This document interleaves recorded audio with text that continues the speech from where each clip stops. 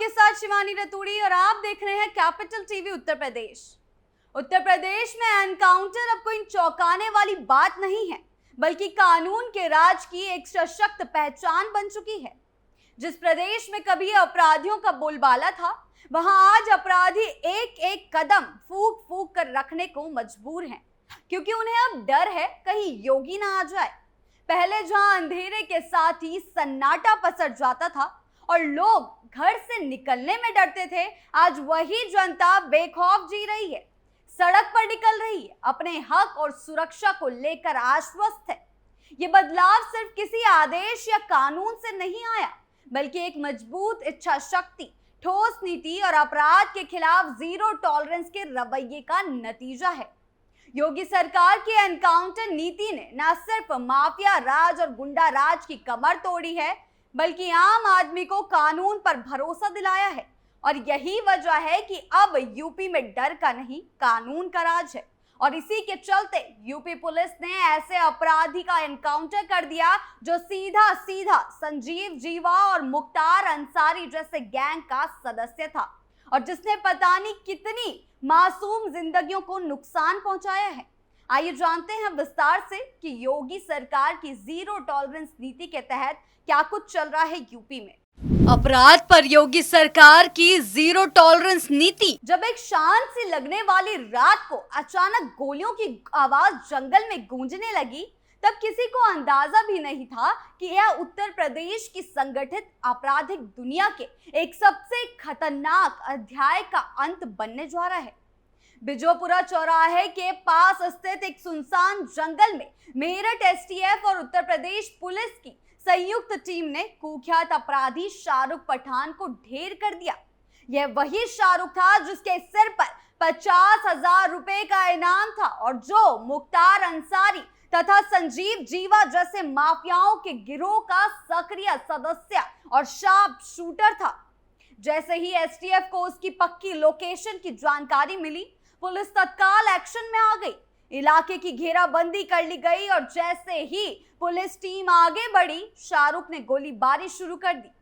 Police को भी जवाबी फायरिंग करनी पड़ी और इसी मुठभेड़ में शाहरुख को गोली लगी। उसे घायल अवस्था में अस्पताल ले जाया गया, लेकिन रास्ते में ही उसकी मौत हो गई। पुलिस ने मौके से एक ब्रेजा कार, 3 हथियार, एक पिस्टल और 2 रिवॉल्वर और बड़ी मात्रा में जिंदा कारतूस बरामद किए।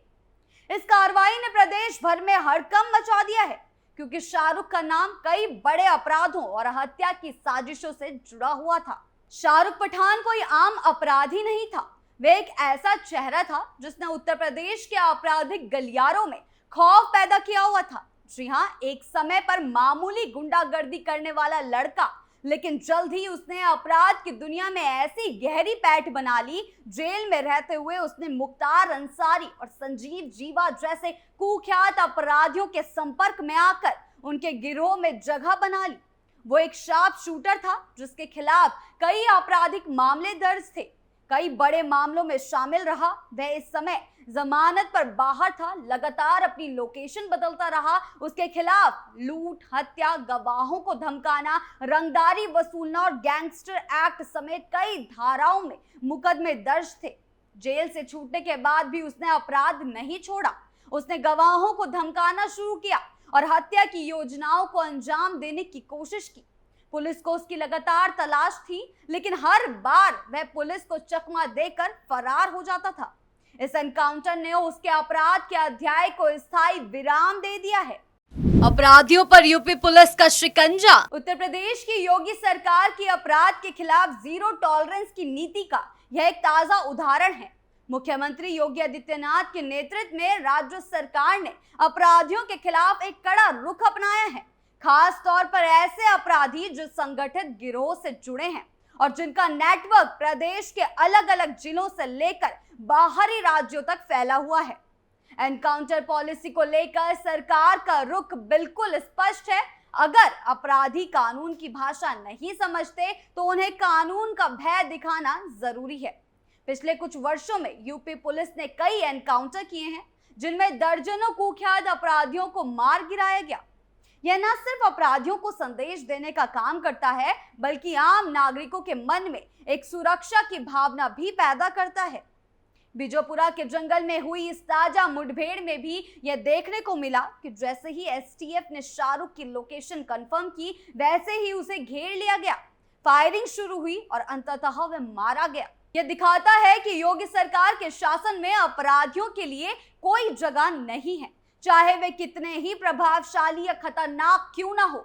लेकिन इस पूरी प्रक्रिया में सबसे बड़ा प्रश्न यह है कि क्या एनकाउंटर ही एकमात्र रास्ता है। ये प्रश्न जो है कई जनता द्वारा खड़ा किया जा रहा है, लेकिन यह सवाल इसलिए भी महत्वपूर्ण हो जाता है क्योंकि कई बार फर्जी एनकाउंटर के आरोप भी पुलिस पर लगते रहे हैं। हालांकि शाहरुख पठान का मामला एकदम अलग है, क्योंकि उसके खिलाफ दर्जनों आपराधिक मुकदमे थे और वह लंबे समय से फरार चल रहा था। लेकिन जब अपराधी पुलिस पर गोली चलाता है, गवाहों को मारता है और लगातार कानून से बच निकलता है, तो क्या उस पर कड़ी कार्रवाई नहीं होनी चाहिए?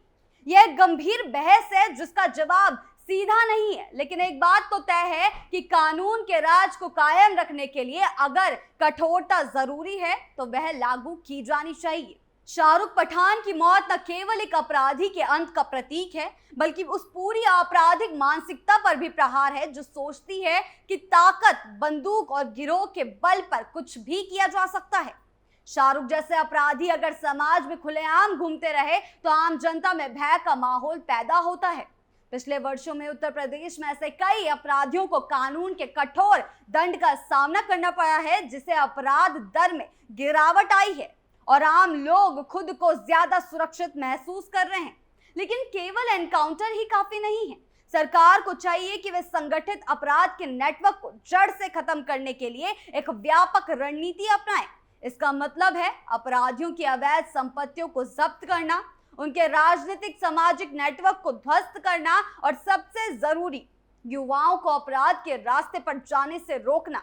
जब तक समाज में शिक्षा, रोजगार और न्याय की व्यवस्था मजबूत नहीं होगी, तब तक शाहरुख जैसे लोग पैदा होते रहेंगे और तब तक कानून को बंदूक उठानी ही पड़ेगी। और इन सभी मुद्दों पर योगी सरकार लगातार काम कर रही है। इसलिए शाहरुख पठान का एनकाउंटर सिर्फ एक पुलिस कार्रवाई नहीं, बल्कि उत्तर प्रदेश की सामाजिक और प्रशासनिक व्यवस्था की गंभीर परीक्षा है। यह घटना दिखाती है कि सरकार अपराध को लेकर बिल्कुल भी नरम रवैया नहीं अपना रही है। अब देखना यह है कि इस तरह की सख्त कार्रवाई का लंबी अवधि में क्या असर होता है। क्या यह अपराध को सचमुच खत्म करने की ओर बढ़ती नीति है? इतना जरूर कहा जा सकता है कि उत्तर प्रदेश में अब अपराधी खुलेआम नहीं घूम सकते। उन्हें अब हर कदम पर कानून की गोली से डरना होगा। योगी सरकार का बुलडोजर लगातार एक्शन में है और वो अपराधियों पर शिकंजा कस रहा है।